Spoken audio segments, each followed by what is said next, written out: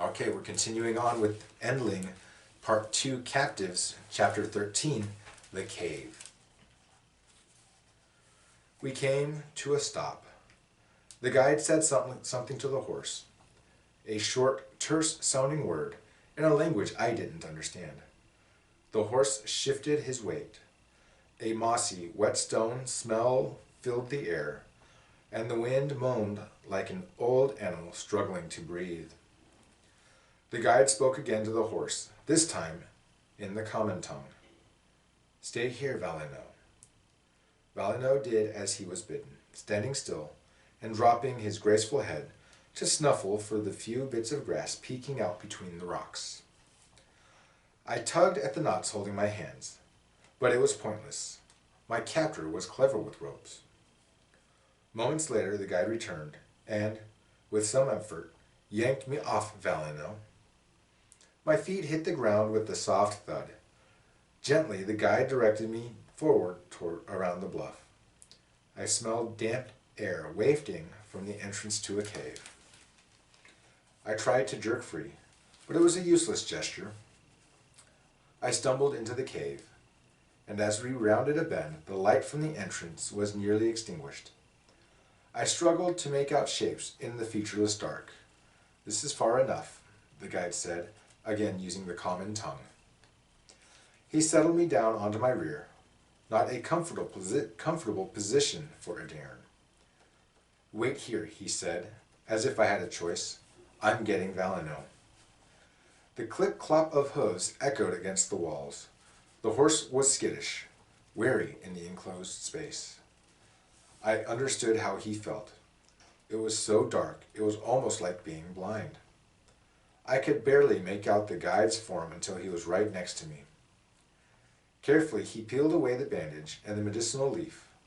"That's good," he said. "The bleeding has stopped."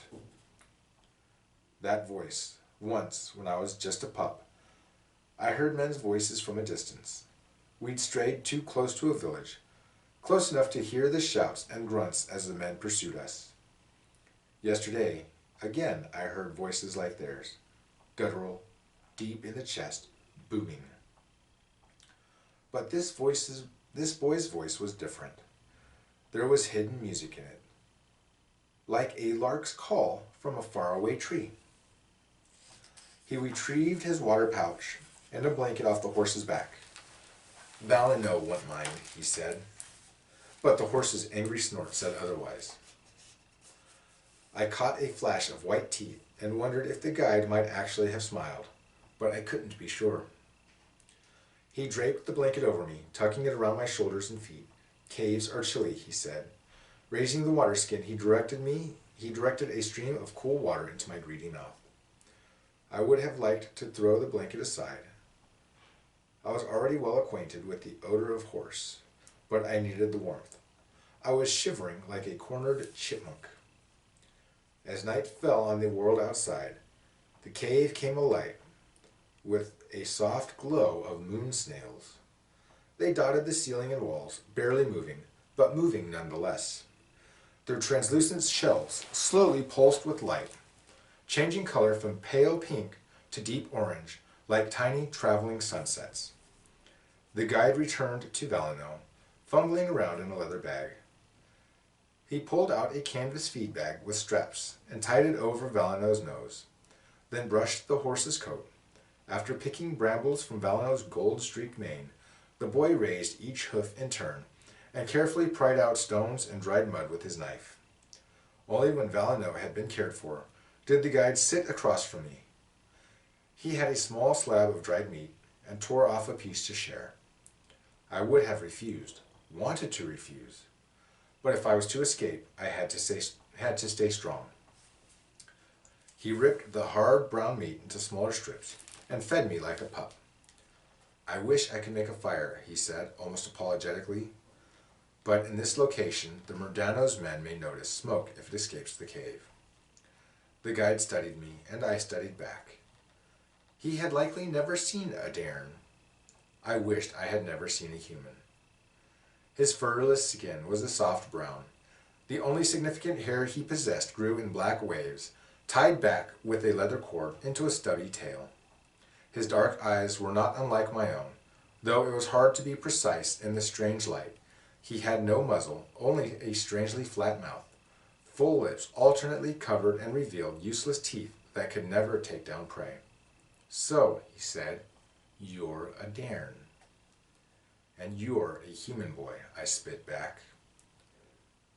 A wide smile formed. "Well, I'm glad that I can fool you too." Fool me? Indeed, suddenly the gruffness that had always sounded false to my ears was gone.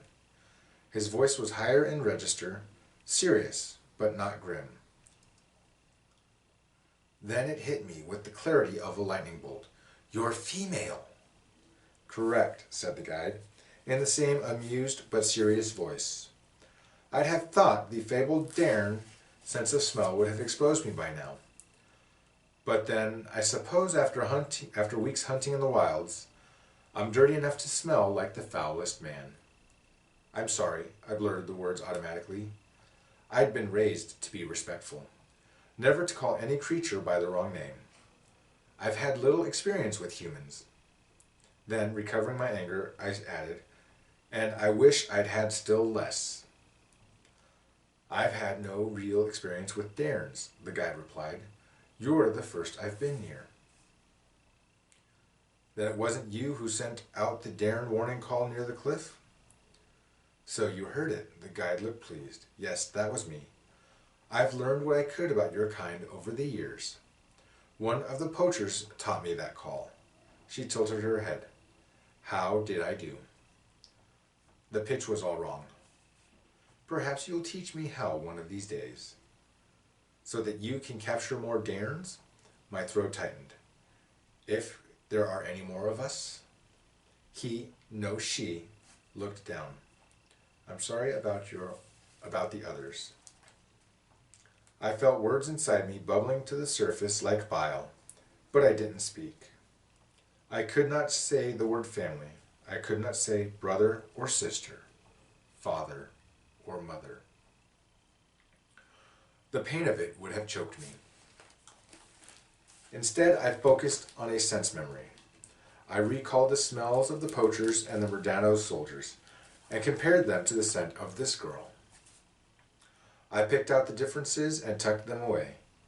Never again would I confuse male and female humans. "Do you have a name?" the girl asked. "Do you?"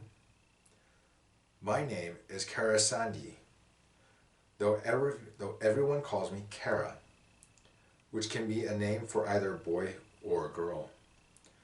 But I've been called boy, or guide, or you there. Are humans so stupid they don't know that you're female?"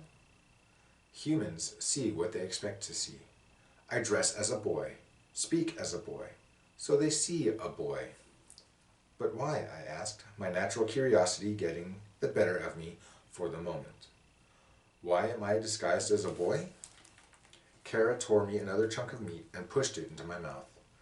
"Girls aren't allowed to hunt." "Girls aren't allowed to do many things.